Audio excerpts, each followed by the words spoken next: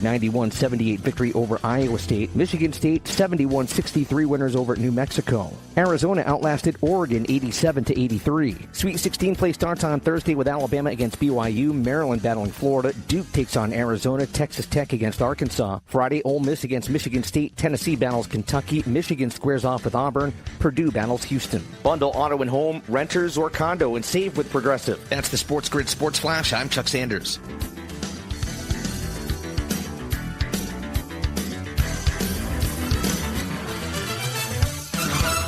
Welcome to Staples. I hear Staples prints it all for any business. You bet. And we'll beat any print quote. So if I had a pizza place... Staples can print signs, menus, pizza boxes. A landscaping business? Oh, we can print yard signs, T-shirts, brochures. How about a pizza/landscaping business? I'll call it Dough and Mo. I like it. Right now at Staples, get up to $250 off your print purchase. Ends 4/5 exclusions apply. Visit staples.com/print for offer details. Price match guarantee valid in store and staples.com/print. Visit staples.com/price match for details. Taxes was feeling so stuck. Sitting in traffic, squeezing into a parking spot, all to squeeze in getting tax help during your lunch break. Now Taxes is a TurboTax expert who does your taxes for you, while you go about your day getting real-time notifications about their progress and the most money back guaranteed. Now this is Taxes. Intuit TurboTax. Get an expert now on TurboTax.com. Only available with TurboTax Live Full Service. Real-time updates only in iOS mobile apps. See guarantee details at TurboTax.com/guarantees. How many SportsGrid listeners does it take to change a light bulb? It takes two. One to change the light bulb, and one to see if our mobile app can provide the same amount of light. Get the winning edge. This is the SportsGrid Radio Network. You're listening to Football Full Circle with Joe Lisi and Ben Stevens. A new week begins right here, right now, live on Football Full Circle. It is FFC all across the SportsGrid Radio Network and Sirius XM Channel 159. He is Joe Lisi. I am Ben Stevens. We are here on this Monday to get you reset with everything you might have missed from around the weekend in the National Football League and even a college football angle to discuss as well. Lacey Guy, maybe a lot of focus at this moment on the NCAA tournament and everything we are seeing in March Madness. Maybe a couple of those NFL headlines went by the wayside. But as of today, Monday, March 24th, we are officially just 1 month out from the opening night of the 2025 NFL Draft. That is Thursday, April 24th in Green Bay, Wisconsin. The opening round of the NFL Draft, the first of 7. And a lot to break down from the draft component with some new betting odds and perhaps a new angle to look at for what we will see in just about a month. Yeah, I mean, the NFL draft is intriguing. Will it be, in fact, Cam Ward as the number 1 overall pick? Where does Shedeur Sanders get selected? Is he potentially a top 5 or a top 10 selection? Or is he more what we've been hearing in terms of recent weeks, not even a first-round draft pick according to some GMs and scouts? So we'll see how this transpires over the next few weeks. But you can see that some teams are really starting to solidify the roster. We saw the Giants now sign Jameis Winston to a 2-year, $8 million deal. Does that mean they're still in the market potentially for Aaron Rodgers or another quarterback, potentially even in the draft class? We'll see. But, this is what it's all about, Ben, right? We have odds for the NFL draft. We have odds for conference championships and division leaders and potential front runners. So, again, the offseason of NFL and college football, there's nothing better, baby. No, there is not, Lisa. You took the words right out of my mouth. The big news that came our way on Friday night around the National Football League as well. Jameis Winston signing a 2-year, $8 million deal that can be worth up to around $16 million in terms of incentives to be the new quarterback of the New York Giants. I think the natural questions, Lacey Guy, that you laid out is what we will discuss in just a matter of moments. Does it mean that Jameis Winston is the week 1 starter for the G-Men? Does it mean that Jameis Winston is the answer to the quarterback question for New York this offseason? Does it mean that the Giants are still invested potentially in trying to draft a quarterback at 3rd overall in just a month's time? Lacey, let's start with Jameis Winston. Of course, started a ton of games last year for Cleveland, although that was not the expectation. He has a lot of starting experience. He heads over to New York. What do you make of the signing of Jameis Winston by the Giants? I think it's a good signing. I mean, you have a veteran that's potentially can be a starter if you don't solidify that with either Aaron Rodgers or the NFL draft. And if you do draft a quarterback, whether it be Cam Ward or Shedeur Sanders or someone else like Jackson Dart, you have a veteran to potentially mentor that young quarterback throughout the regular season. And I know that, Jameis has had his share of, ups and downs, but at the end of the day, he was a former number one overall draft pick. He understands what it takes to be at least competitive and start in the NFL at the position. So it's not bad for the organization as a whole. Again, how do they attack it from an offensive perspective? We'll find out in terms of April 24th and 25th. But at the end of the day, it doesn't hurt in terms of having a veteran backup that, if called upon to start week one, Jameis can absolutely do that. Yeah, absolutely, Joe. And I think it's really interesting to look at where things stand for the New York Giants, right? It's those next questions moving forward. Jameis is a stable foundation. Of course, the quarterbacks in-house before Winston's signing was just Tommy DeVito. It wasn't like they had a lot of options already on the roster. I think Jameis Winston is stable, although he can play in a hectic way. It makes for an exciting football at the very least.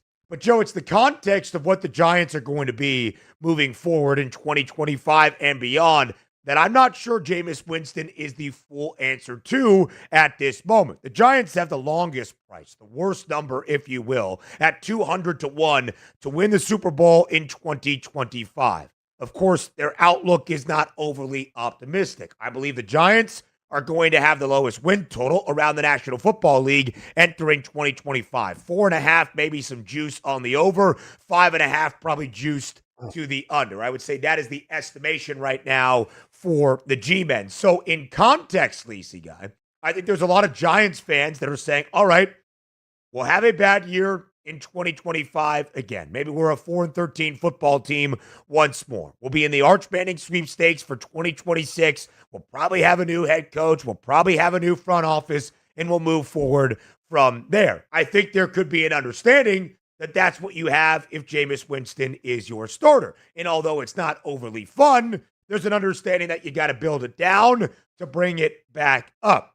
But it's also a very intriguing perspective, Joe, because the current head coach and GM, Brian Daboll and Joe Schoen, respectively, will not be afforded the opportunity to have another bad season, 4 or 5 wins, and be there in 2026 to be involved in the Arch Manning sweepstakes and beyond. So it's really weird right now. Are the Giants just being like, all right, we're kind of in a tankathon? Or are the Giants like, okay, we have Jameis Winston, Brian Daboll, and Joe Schoen, maybe some lame and sitting ducks. What is their plan for the rest of the offseason? And namely, Joe, what is their plan with that 3rd overall pick? Yeah, I mean, the fact that they were in the market for Aaron Rodgers leads me to believe that they're trying to contend or at least make the wild card, right? I mean, that's the way you would have to believe the overall assessment is of Shane and Daboll. I mean, there's no doubt that Brian Daboll is dead man walking if this team is under 9 wins this year. And I told you as well, I don't think they did an all that bad of a job of acquiring offensive talent, right? In terms of what they have with Malik Neighbors and Tyrone Tracy and some of the other playmakers that they have drafted in recent years, Wan'Dale Robinson and those playmakers. So I don't think they've done a bad job, but they haven't lived up to expectations. They don't have an offensive identity. So what gives them the best option to win games now is either Jameis Winston or a guy like Aaron Rodgers, love him or hate him. But for the benefit of the organization, they need to draft their franchise guy. So, they're in the 3rd overall pick. If I'm the Giants, I would take a shot on Shedeur or whoever's there, if it is Cam Ward, let's just say, and hope that, he could be the starter by the midway point. And, they made their bed, though, by signing Daniel Jones. It's unfortunate they might not be here to see the rewards of that draft pick, but that's the way they have to attack it in the upcoming draft. Yeah, so that's really interesting, Joe, and I think that is the next component, right? Is Jameis Winston the full answer? Or is he a guy that can be a bridge gap quarterback and not a bridge gap for a year, but maybe a bridge gap for a week or so, or just that veteran experience in the QB room. Joe, again, at the end of the season, we gave the Giants a lot of flack, and correctly so, for winning a game as a touchdown underdog against a Colts team in Week 17 that was still at the time in the hunt for an AFC playoff spot. A game the Giants had no business winning because it took them out of pole position to command the number 1 overall pick and to have the fate in their own hands. They now draft 3rd overall, and it did seem, Joe, at the start of this NFL draft process, at the start of this offseason, that with 2 teams in front of them, the Titans first, the Browns second, that were in desperate need of a quarterback, the Giants might be left on the outside looking in terms of a quarterback draft class in the first round that is probably just 2 QBs deep. Well, there's been some changes when it comes to how that QB draft class is perceived. Are the Giants, with the 3rd overall pick, in line to take Shedeur Sanders? That's what we'll discuss on the other side of the break here on Football Full Circle, with a new betting market available for the number 2 overall pick odds, where Shedeur Sanders is not the favorite. That's next on FFC.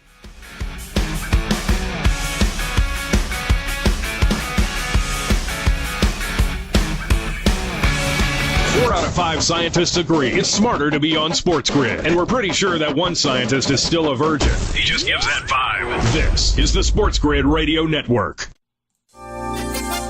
With the SportsGrid News Flash, I'm Trey Westerberg. Segway is recalling about 220,000 of its scooters sold across the U.S. due to a fall hazard that has resulted in user injuries ranging from bruises to broken bones. According to a notice published by the U.S. Consumer Product Safety Commission, the folding mechanism in Segway's 9Bot Max G30P and G30LP kick scooters can fail during use, causing the handlebars or stem of the scooters to fold. New measles cases were confirmed Thursday in 2 Prince George's County, Maryland residents who recently traveled together internationally, according to the State Department of Health. Health officials say the Prince George's County cases were not linked to a recent confirmed case in a Howard County resident, nor the cases in West Texas, New Mexico, and Oklahoma. Out of an abundance of caution, state health officials say they are coordinating to identify people who might have been exposed, including contacting potentially exposed passengers on specific flights. I'm Trey Westerberg with the SportsGrid News Flash. Working as a dedicated Fidelity advisor, I always ask, what's important to you? I'll look at those priorities and goals alongside your full financial picture to build a comprehensive plan designed to help grow and protect your wealth. With proactive portfolio insights and an eye on taxes, I'm here to help you make the most of your money. I'm Laura Maxwell, and I'm a dedicated Fidelity advisor. Learn more at fidelity.com/wealth. Investment minimums apply. Fidelity Brokerage Services, LLC, member NYSE, SIPC. Progressive knows there are some surprisingly expensive things in life, like frames, because you found a classic 70s concert poster. But when you went to get it framed, you realized the frame will cost about 4 times the amount of the poster, which is actually absurd because no one will be looking at the frame, and if they are, then you severely overestimated how cool this poster is. But then you remember by switching your home and auto to Progressive, you could save hundreds and put it towards a classic 70s concert poster in an absurdly overpriced frame. Progressive Casualty Insurance Company, affiliates, and other insurers. Not available in all states. There's something you should know and always remember. SportsGrid does not increase luck. We're your unfair advantage for the latest sports gaming information. If you're looking for luck, go find a horseshoe. This is the SportsGrid Radio Network. You're listening to Football Full Circle with Joe Lisi and Ben Stevens.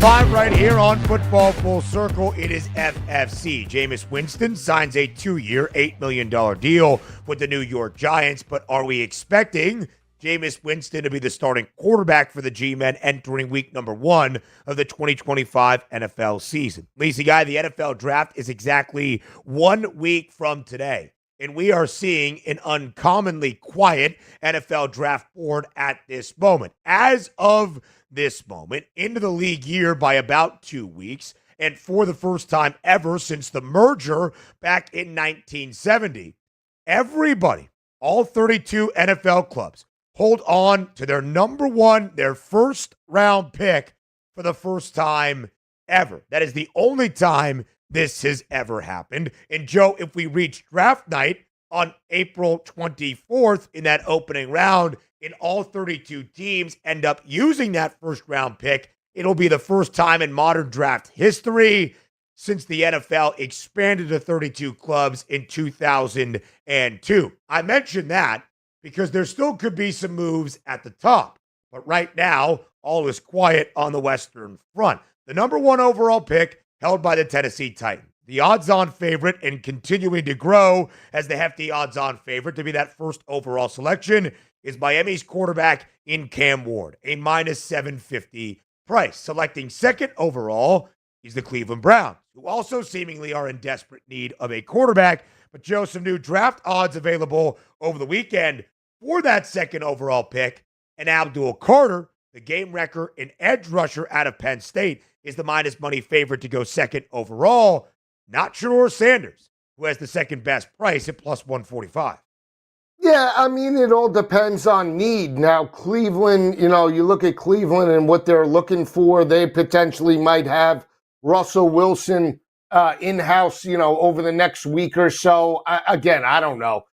Cleveland's another organization that has question marks, even though Kenny Pickett is there. And what are they going to do moving forward? Is Kenny Pickett the answer? Big picture, only time will tell. But, you just signed Myles Garrett to a record deal. What do they do overall, in terms of the upcoming draft? Do they go defense? Do they go franchise guy and Shedeur Sanders? What does this mean overall for Shedeur Sanders, though, Ben? I still think from a value perspective, he is a top 5 talent.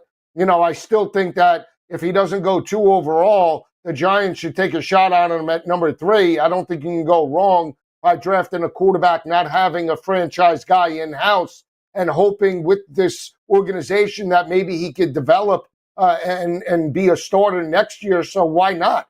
He put up dynamic numbers with one of the worst offensive lines in college football. He got sacked a multitude of times, 50-plus times, and still put up dynamic numbers. Isn't that what you want out of a franchise guy? You just don't want to see a quarterback throw with a clean pocket. You want to see him what he could do when the coverage and the offensive line does break down. What does he do? Does he step up? Does he make the proper throws? Does he have good pocket presence? Can he audible and check down?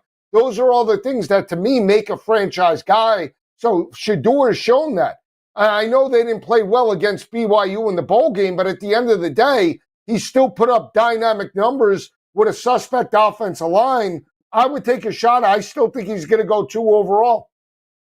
Yeah, and Lacey Guy, I have an interesting time examining Shedeur Sanders and where he stands in the draft board right now. Again, as I have shared multiple times, if you would have asked me at the end of the college football season, at the end of the NFL season, especially with how the draft order shook out, I would have said, no doubt about it, 1 and 2, in some form or fashion, Cam Ward, Shedeur Sanders. Cam Ward probably 1, Shedeur Sanders probably 2, but not like a large gap between the two quarterbacks in terms of talent or their NFL outlook. So, Lacey Guy, for me now where things stand in this perceived kind of drop or slide for Shedeur Sanders, it is interesting. It just kind of feels as though the Browns are not really intrigued by the prospect that is Sanders. What exactly Cleveland is doing, that's a different story. You just paid Myles Garrett $40 million per year, and you did not trade him to recoup a ton of draft assets. Why you then would hold on to the second overall pick and draft an edge rusher,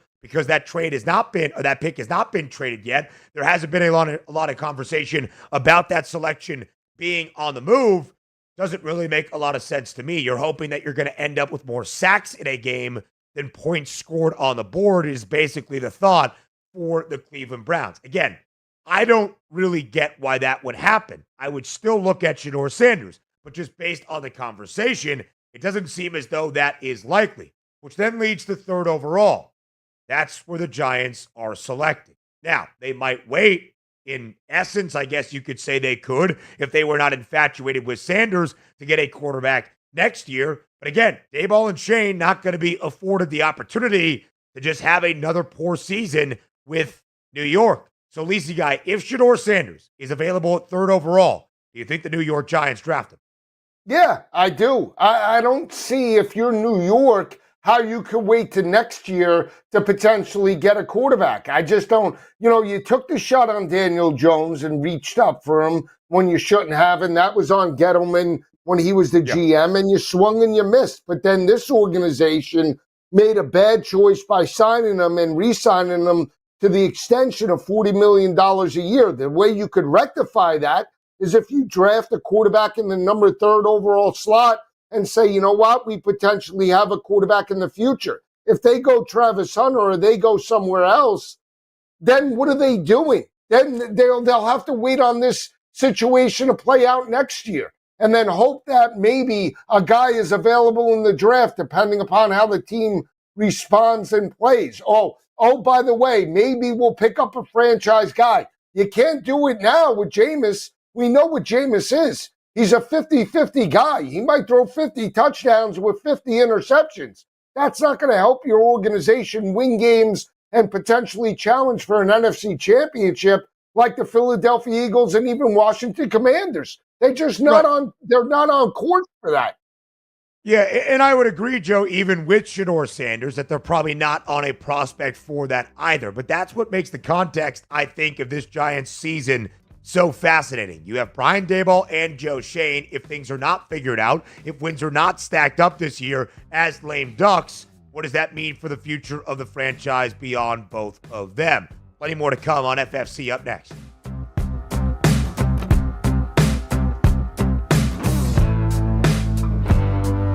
There's smart and there's not smart. Not smart is hope as a strategy. It's smarter to be on SportsGrid. Keep it here And win. This is the SportsGrid Radio Network. The SportsGrid Radio Network presents This Date in Sports History. 1975, Muhammad Ali TKOs Chuck Wepner in 15 rounds for the heavyweight boxing title. Wepner was known as the Bayonne Bleeder and was the inspiration for the Rocky movie series starring Sylvester Stallone. Because you had the talent to become a good fighter, and instead of that, you became a leg breaker. It's a living. It's a waste of life. For SportsGrid Radio, I'm Mike DeMurgis. The Technology Minute with George Capalbo. New Roar University research finds unremarkably when you burn your hand on the stove, it really hurts. However, if your hand is hidden so you can't see it while it's getting burned, while you're staring at a lifelike rubber hand, it doesn't hurt much. Huh? Kids, don't try this at home, but this confusing rubber hand illusion has uncovered a complicated relationship between the human mind and pain. Maybe leading to effective new therapies for chronic discomfort. However, no information yet on the effects on the nervous system from wearing a rubber nose. Follow me at Capalbo on X and stay tuned to The Technology Minute for more cool stuff like this. Money line. I got Arkansas beating Kansas. Not because I want to see the second round battle. I just think I'm trusting the SEC more than other conferences. And if I have a coin flip game, which I believe I do, I'm going to trust the SEC. But come on now. Arkansas St. John's, man, battle the suits out there, anger. It's going to be beautiful. It's going to be beautiful. Catch Moneyline with Donnie Rightside and Kevin Walsh. Weekdays, 11 a.m. Eastern, 8 Pacific on the SportsGrid Radio Network. Wherever you go, there you are. Download the SportsGrid mobile app and we'll be right there with you. So now you can get the winning edge anywhere. Even while the wife's talking to you. If you've got an earbud. This is the SportsGrid Radio Network. You're listening to Football Full Circle with Joe Lisi and Ben Stevens. Live right here on Football Full Circle, it is FFC. So, Jameis Winston signed by the New York Giants. What exactly does that mean for what the Giants will do at 3rd overall? That will be fascinating. Lisi, we'll get more into some quarterback carousel news around the NFL in just a little bit. But with more draft odds becoming available, it took a while in this draft process, even nearly a month after the combine has come to a close, to get the odds out for the 2nd overall pick. It normally happens a little bit more a little bit quicker than what we had seen. We finally have those odds out for the 2nd overall pick. 1st overall, the favorite is Cam Ward at minus 750. 2nd overall, Abdul Carter, the edge rusher out of Penn State, is the favorite at minus 120. Shedeur Sanders not all that far behind at plus 145. Lisi, as I mentioned, this is the first time in the modern era of the NFL. This is the first time since the league merger in 1970 that every NFL club still retains their first-round draft pick when the league year has begun, which happened just shy of 2 weeks ago. So, Lisi, I ask you, now a month out from the first round of the 2025 NFL draft, do you think we will see a trade before draft day? Do you think we will see a team move up the board, a team to move out of their spot? Do you think we see any movement here in the next 4 weeks? Yes, I do. I don't know if Cleveland is the team potentially to move out, but I do believe that, a team will move up to potentially take Shedeur Sanders or another person on this class, whether it be Abdul Carter. If they don't, and here's the thing, you saw the dominance of Philadelphia, knocking off Pat Mahomes. And we know that it's a copycat league. We've seen this time and time again where, now all eyes are on the defense again, right? We got to have those edge rushers. We got to have those big bodies in the middle, just like Jalen Carter and Jordan Davis, right? So will a team potentially move up to get Abdul Carter that is a dominant pass rusher and edge rusher? It's possible, but if Cleveland decides to take the pick and not trade out, are they going to have bookends with Myles Garrett and Abdul Carter? Is that going to be the game plan? He's minus 120 to be the second overall pick. You're talking about teams, Cleveland, New York, desperate need of a franchise quarterback. And I'm not saying, you could be in all that love with Shedeur Sanders. But if you don't get a quarterback, what are you going to do? Regurgitate these free agent quarterbacks year after year after year, just the way the Pittsburgh Steelers are potentially doing it? Because they don't have a game plan for a franchise guy either. So, it seems like all these teams, and on top of it, oh, by the way, you could say what you want that Philadelphia won by defense, but their quarterback is a winner in Jalen Hurts and has stepped up. Pat Mahomes is one of the best of all time and an elite franchise guy. You look at the teams, Josh Allen is a franchise guy. You look at Jaden Daniels, potentially a franchise guy, second overall in terms of the draft last year. You don't have a franchise quarterback. Your defense could be as good as anything, but your offense ain't going to put up enough points to win games. So you tell me, I don't think Abdul Carter, for me, is going to be the second overall pick, but that's just me. I would take a shot on either Travis Hunter or Shedeur Sanders. Lisi, if I was in that front office, if I was GM Andrew Berry, if I was owner Jimmy Haslam, I would be stressing the same exact thing. We already have a dominant edge rusher. That is not a positional need for us, despite the freak that Abdul Carter is, who I think might be the best prospect, just based on pure talent in the 2025 NFL draft. But if he is that best prospect, and the Titans do go number 1 overall and draft a quarterback, then maybe somebody else would be in desperate need to bolster up the defense, and I could get some draft capital. The Browns don't seem to be doing things that way, though, which is confounding and idiotic, but the Browns have done some pretty dumb things the last few off seasons and how they have built up this roster and how they have paid out their money. Now, I say all of that, Joe, and of course the caveat does need to be stressed. Cam Ward is a minus 750 favorite to go first overall. Abdul Carter is minus 120 to go second overall. That doesn't necessarily mean you cash the ticket if the Titans draft Cam Ward, if the Browns draft Abdul Carter. It's just that those guys go first and second overall in the draft order. We'll continue that conversation up next because, like Joe, I think there's going to be some movement. There was a lot of smoke early about trades potentially happening. New GM in Nashville, Mike Borgonzi, listening to offers. Might the Browns move? Could the Giants move up? All of that I still think is out there. We'll discuss next on FFC.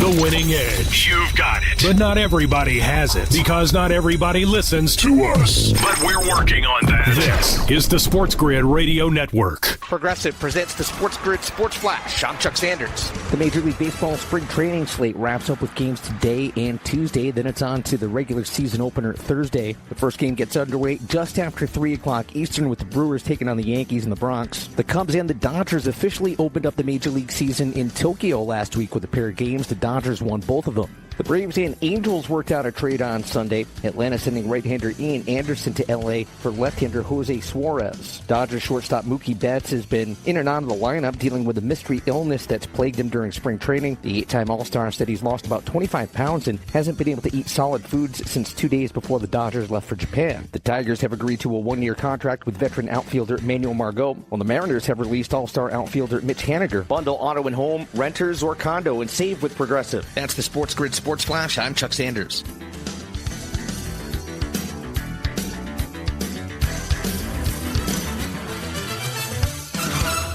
Accomplishing goals is hard, but when your goal is to learn a new language, Babbel makes it easy. Babbel is designed with you in mind. From expert-created lessons to conversational video units and even live classes, you can personalize your Babbel experience to be exactly what you need to really learn a new language more easily. Go ahead, set a goal for yourself. Accomplish it with Babbel. Try Babbel for free. Go to BABBEL.com. That's Babbel.com. Taxes was taxing.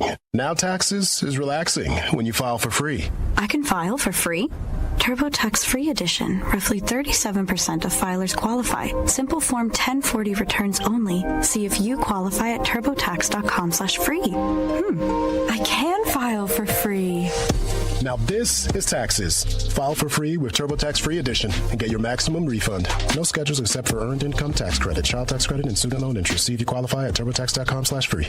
You're listening to Sports Grid. Spreading the winning edge far and wide. Terrestrial, internet, TV, satellite, and don't forget our mobile app. Face it. The winning edge is everywhere. Somewhere there's a squirrel frustrated he can't get a phone. This is the Sports Grid Radio Network. You're listening to Football Full Circle with Joe Lisi and Ben Stevens. Live right here on Football Full Circle, it is FFC. So, in the month that we have leading up to the first round of the 2025 NFL Draft in Titletown, USA, outside of Lambeau Field in Green Bay, Wisconsin, that's Thursday, April 24th, 2025. What more draft markets are we going to see, and what movement will we see atop the NFL draft? Of course, a league first. For the first time as we hit a new league year, which happened just shy of 2 weeks ago, every team in the opening round still holds on to their first round original selection. We have not seen a trade. I wonder if we do. And Lisi, I do believe we will, at least early on in the offseason, in the draft process, as that draft order was finalized. Mike Borgonzi, the new GM in Tennessee, was saying, hey, we'll listen to some offers, if you have some, for that first overall pick. It did not seem as though Tennessee, despite needing a quarterback, was going to stay at 1 overall. There was some conversation. Maybe the New York Giants, after squandering their own opportunity to control their own fate in that first overall pick, would find their way up the draft board. Now it seems as though the Titans are pretty comfortable at 1. They love Cam Ward. That is going to be the selection. Ward at minus 750 to be that first overall pick. And then it's like, okay, well, Cleveland at 2nd overall, they also need a quarterback. Wait, the Browns aren't in love with a quarterback and aren't going to draft Shedeur Sanders? Then why would they stay? Hey, the Giants still desperately need a quarterback, and they don't want to see a team maybe make a weird move on draft night. They want to be in pole position. Could they trade up? Would the Steelers, in desperate need of a quarterback, come all the way up from 21st overall? Could there be a surprise? At least you haven't seen one yet. I really do believe that in the next month, something is going to happen. It has been far too quiet in a season known for its smokescreens and its lying. Yeah, absolutely. Which team is that? We don't know, right? And from the reports that I've seen, it's almost imminent when that is exactly, that the Steelers will sign Aaron Rodgers. Whether that's true or not, I guess only time will tell. But if that's going to be their route, then all of a sudden you take them out of the equation with Mason Rudolph signed as the backup, right? So we'll see how they play it over the next couple of weeks. I do feel the movement does come potentially from the New York Giants to maybe reach up and grab somebody. They're at 3 overall. We know that, Cleveland, at least from what we're told, doesn't want a quarterback. I don't know if that's true or not, then. It could just be window dressing to get more potential value, maybe, for one of these other teams. Here's the thing, though. it's Shedeur Sanders and Cam Ward. There's a significant drop-off, at least a little bit, in my opinion, to Jackson Dart and even Tyler Shook, who's being, starting to come up draft boards as being a name potentially in the first round.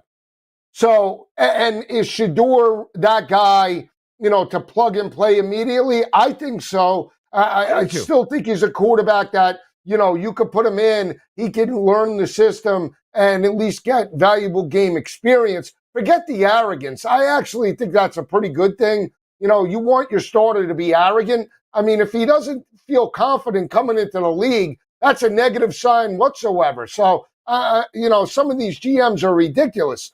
They have to assess it, best player available, and if you're in need for a franchise guy, you got to reach up and grab him because there's only 2 guys that you can reach up and grab in the top 5. Yeah, there are still some more markets that need to come out, Joe, I think, to form a full picture of what the opening round of the NFL draft is, in fact, going to look like. It's been very different this year than it was the previous few, where it felt like, hey, we know there's going to be a run of quarterbacks at the top. We more than likely know which quarterback is going first, second, third, so on and so forth, and thus the rest of the other positional players kind of would find their way in. All right, who's the best defensive player? Who's the best offensive lineman? What do we make of the wide receivers? So on and so forth. Right now, I still think we're trying to figure out what's going to happen with the second overall pick and all the way to 32 in the opening round in just about a month. Lisa, knowing where things are right now, Cam Ward at minus 750 to go first. Abdul Carter, a slight minus money favorite at minus 120 to go second. If the odds were to pop up, say this week, for that third overall pick, which the New York Giants currently hold, do you think it's like minus 500, Shedeur Sanders as the favorite? Or do you think it could be minus 125 Sanders, plus 170 for Travis Hunter? How strong of a price, if you even think it would be the favorite number, would Shedeur Sanders have? I would say it might even be plus 100. And the reason why I say that is think about this. Yes, we talk about, look, I can't tell you, I can say who I believe is the best pick or what the Giants should do. But we know organizations have their minds made up and they also have, an MO that they potentially follow. Is Shedeur Sanders that potential, guy to potentially start under center? From what we're hearing, no, right? It's not, but then again, they just signed Jameis Winston, who, by the way, isn't, the same as some of these other, I want to say, vanilla type of guys and quarterbacks. He comes with a personality, right? Jameis is that type of guy. He was that way at Florida State with Jimbo. So, again, I believe that Shedeur would be anywhere from plus 100 to minus 120. I don't think it's going to be minus 500 like we think, because I think a lot of these teams, if you are maybe tipping the cap, you're not going to get any trade offers. You're not going to get any phone calls, right? So you don't want to look like you're overly zealous at 2 or even 3. But I think Cleveland is playing it all wrong. I think the Giants are just going status quo. We'll see what they do, because if they still make a swing at Aaron Rodgers, then all of a sudden, then what happens? Then that number goes to minus what? It goes to plus 4,500, right? Yeah, for sure. And Lisa Guy, if/when those number 3 overall pick odds do come out, and Shedeur Sanders is not a hefty favorite, or at least in minus money, I think that will be very telling, not only what the Giants' plan at quarterback is, probably Jameis Winston, what the plan for the franchise is in 2025 and beyond, lame duck head coach GM and hoping for greener pastures in 2026, but also how the NFL at large views Shedeur Sanders. Like you, I think this guy is a great quarterback, right? I understand the system he played in at Colorado maybe is not the best to get a full sample size of what he is going to do in the NFL. So pass heavy, bad offensive line. How do you really get a true read of what he could do in a good scenario? But I do find it funny, Lisi, that we gave the Giants flack, and again, correctly so, but they could still end up at 3rd overall with the guy that many predicted would be their quarterback in 2025 in Shedeur Sanders. Of course, getting ready for the Alamo Bowl, Shedeur Sanders wore the blue and red cleats for the New York Giants. All right, Lisa Guy, outside of some of the NFL draft odds, let's quickly hit on another story from Friday afternoon in terms of this offseason quarterback carousel. Aaron Rodgers spent the day at the Steelers facility on Friday afternoon, was there for about 6 hours, meeting with the brass, going through the motions, having a lovely visit that, as the source told ESPN's Adam Schefter, could only be described as positive. What do you freaking do? Still no contract has been offered. No agreement has been signed. Aaron Rodgers is still a free agent, and the Pittsburgh Steelers still need a quarterback. Yeah, I'll just say that when you look at it in terms of everything, I don't know if you can hear me, but everything that's played out, there you go. With Aaron Rodgers, let me just say this. The fact that he went to the facility over the weekend, if I'm the Steelers, I would have said, listen, here's the offer, sign it. You don't sign it or we don't come to an agreement, there's the door. And you cannot allow him to dictate the situation at this particular age, coming off that performance with the New York Jets, where they were picked as one of the front runners in the AFC. You cannot allow that to happen with Mike Tomlin. Lizzie, I don't think I could have said it better. I think that is the perfect way to sum this up. What the holdup is, I have no idea, but that's what we will discuss up next here on Football Full Circle. Is it Rodgers waiting? Is it the Steelers trying to figure it out still? More of that next on FFC.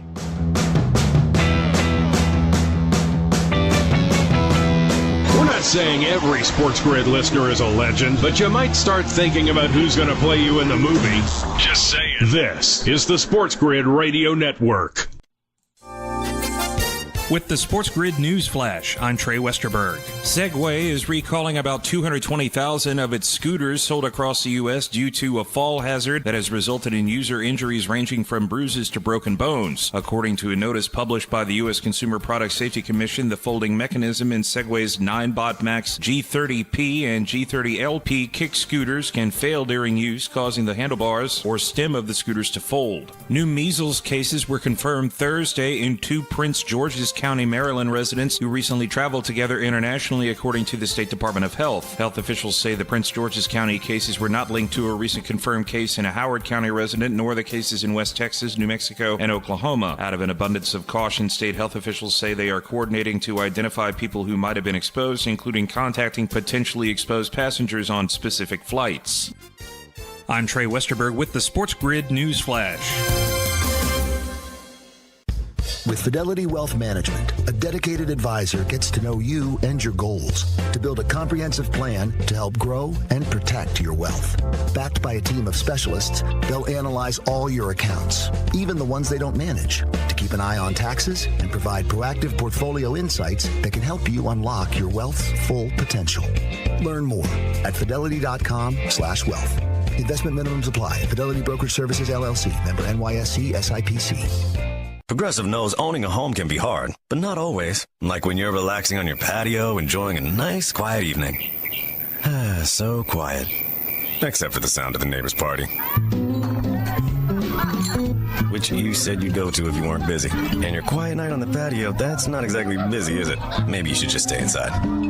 At least Progressive's Home Quote Explorer lets you easily compare rates, so shopping for insurance is the easiest part of owning a home. Progressive Casualty Insurance Company affiliates and third-party insurers. Comparison rates not available in all states or situations. Prices vary based on how you buy. Ask any player and they'll tell you any advantage is important. That's where we come in. SportsGrid delivers gaming strategies and analysis 7 days a week. The winning edge. It's your advantage to more winning more often. This is the SportsGrid Radio Network. You're listening to Football Full Circle with Joe Lisi and Ben Stevens. Live right here on Football Full Circle, it is FFC. Lisi, right before the break, I thought you summed it up pretty perfectly. The Pittsburgh Steelers, if they really are entertaining the idea of Aaron Rodgers at all, hosting him at the facility for 6 hours, basically could have cut down that visit to about 5 minutes. All right, Aaron, we've seen you play in the NFL for 20 years. We've seen you do it the last few years as the game has fallen off at 41 years old. Nice to meet you. Here's the contract. It's the vet minimum. It's 1 year for $3 million. Do you want it? And if he said no or I needed to think about it, sounds great. We'll bring back Russell Wilson. We'll find something else that we are going to do. I have no idea what the holdup is at this moment on the Steelers end or on Aaron Rodgers' end. In fact, I have a better idea of what Rodgers is holding things up for. He loves all the attention that he receives, even if he begs, I don't want drama to follow me around. There is something to be said about a person who claims not to be dramatic, yet is the center of every single narrative. So, Lisi, if it is Aaron Rodgers, what is he waiting for? More money to figure out his options when there's not a ton left out there? I could understand maybe 2 to 3 weeks ago when it seemed as though maybe the Vikings were pursuing him, maybe the Giants were in the running. What might the Browns do? Conversations with the Raiders, more options out there. Right now, it's basically, are you going to be a Pittsburgh Steeler? Is there a small hope the Cleveland Browns do anything? But I don't think Aaron Rodgers is the answer there. Or do you want to walk off into the wilderness and retire? Those seem to be the three answers, Lisa Guy. So I'm not entirely sure what the holdup is. Yeah, if he's debating whether he wants to play this year or not, that's not the quarterback I want leading the team. For sure. Especially, I'd rather go with Mason Rudolph then, right? You know, a guy that at least took the team to a playoff appearance a couple of years ago against the Buffalo Bills and won games down the stretch. At least you know he's going to give it 150%. I don't know that about Aaron Rodgers, right? So, again, it's all on the Pittsburgh Steelers. I blame them for allowing this to happen, number one. And number two, I want to equate them almost like, doesn't it feel like this? It almost feels like Oregon or some of these schools that rely on transfer quarterback talent, right? Think about Oregon. They went from Terry Wilson to Tyler Shuck to, you know, Dylan Gabriel and all these quarterbacks that they took to hopefully put a Band-Aid on it, as opposed to just developing a freshman or a rookie coming out of the NFL draft, right? They drafted Kenny Pickett. It wasn't the answer. So now we're going to go the other route. We're going to take these franchise or free agent guys year after year after year, and we're not going to draft anybody for the next 5 or 6 years at the quarterback position. That's not going to win you games. That's not going to develop or challenge teams that have franchise quarterbacks in the AFC. Josh Allen, Lamar Jackson, Pat Mahomes. You're not going to compete. Joe Burrow. You're not going to compete with these teams and get over the hump until you develop and get a franchise guy.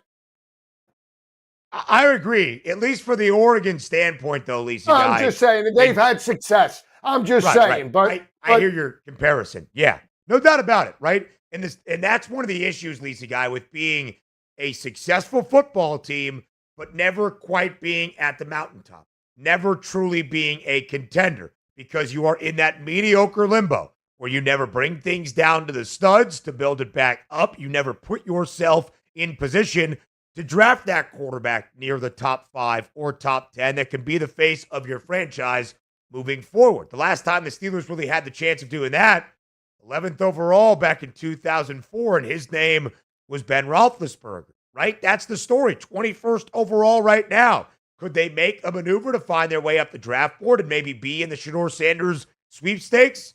Perhaps. Is it the most likely path forward? No. Have they made the playoffs and continue to have double-digit win seasons with worse quarterback play than even Aaron Rodgers entering year 21? Somehow, some way. But Lisa Guy, again, I think Aaron Rodgers does this because he likes to be the center of attention, even if he would argue otherwise. I get from his perspective, or at least it is more palatable, why he is doing what he is doing. I don't get the Steelers, except the idea of supply and demand, and you're now working out of the bargain bin. But if I'm the Steelers, I say, kick rocks, brother. You let me know if you want to be here. You let me know if you want to play football and be successful. If you do not, if you are not sure, then we don't need to recruit you. We don't need to woo you. We don't need to pitch you. Go find it somewhere else. I just don't get what you're doing right now if you are the Steelers. But then, Lisa Guy, I think the natural next question is, what do they do if it's not Aaron Rodgers? Is it bringing back Russell Wilson? It might have to be, because, again, what is the upside for this football team? They're not a 5-win football team. They're a team that lost in the first game that they played in the playoffs. They were a team that at one point was basically 10-3 overall and had their sights set on an AFC championship game.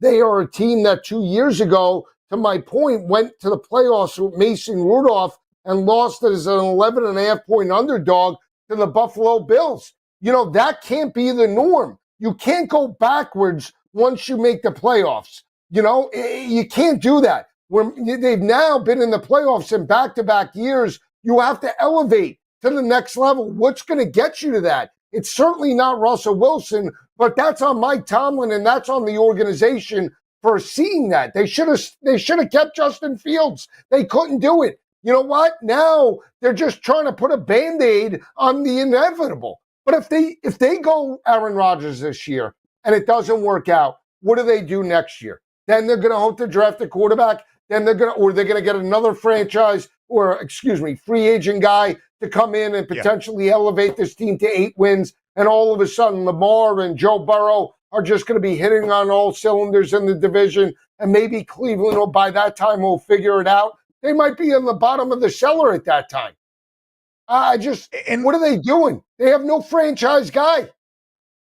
And Lisi, here's the very interesting thing about Aaron Rodgers. If you are a Steelers fan and you're like, hey, we've been a playoff team for the last 5 years with worse quarterback play than what Rodgers is even doing right now, we can be a playoff team again. Okay. But you're also probably a Steelers fan being like, well, if we're 9-8 and we just have Aaron Rodgers for a 1-year rental, then we are literally right back to where we started each and every time.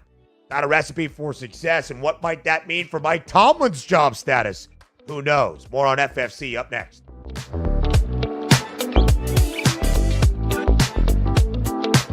Luck is winning the lottery. Strategy is settling your divorce before cashing in the ticket. It's smarter to be on SportsGrid. Get the winning edge. This is the SportsGrid Radio Network. SportsGrid TV and radio networks are the premier streaming video and audio channels dedicated to serving the sports wagering audience. Found on major smart TV platforms and streaming on SportsGrid Radio and Sirius XM Channel 159. SportsGrid's real-time data, expert commentary, and entertaining analysis transform viewers into informed sports enthusiasts. Our weekday radio lineup begins with the early line at 8 a.m. Eastern with Ben Stevens and Donnie Rightside. Donnie joins Kevin Walsh on Moneyline at 11 a.m. Eastern, followed by Football Full Circle at noon Eastern. Kaplan and crew join the party at 1 p.m. Eastern, and Pharrell Coast to Coast keeps things rolling from 3 to 6 p.m. Eastern. Get in the mix with Kevin Walsh and Game Time Decisions at 6 p.m. Eastern. Evenings simmer with Carver and Lisi, then boils over with Gabe Moritzi on Sports Rage Late Night at 10 p.m. Eastern. To find out where to find SportsGrid that's best for you, go to sportsgrid.com. It's smarter to be on SportsGrid.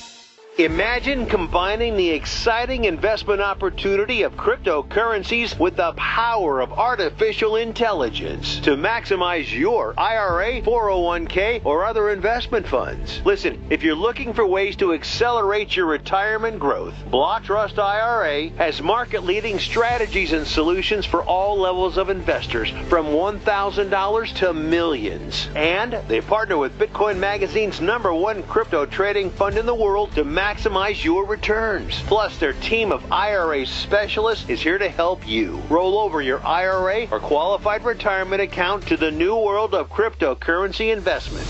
So make this free call right now to set up your account and learn more. 800-434-5313.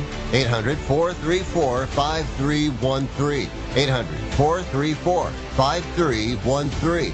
That's 800-434-5313. Think of us as your cool roommate that has this innate gift of somehow always picking winners and never bugs you about doing the dishes or paying rent. Sports gaming strategies and information 24/7. Get the winning edge. This is the SportsGrid Radio Network.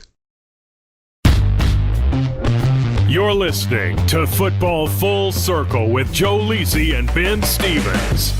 Live right here on Football Full Circle, it is FFC. Of course, we are a football show, but we use what is happening in the sports world maybe to guide a couple of conversations. Lisi Guy, the opening weekend of the 2025 men's NCAA tournament has come to a close. We are down to just 16 schools in the hunt for a national championship entering the second weekend. And 7 of those 16 hail from the SEC, 4 from the Big Ten, 4 from the Big 12, 1 from the ACC. Lisa Guy, as we look around the Sweet 16, and we talk about a couple of these schools and correlate it to football, we've got Florida, Texas Tech, Maryland, Arkansas out of the West region. In the South region, we've got Auburn, Michigan State, Ole Miss, and Michigan.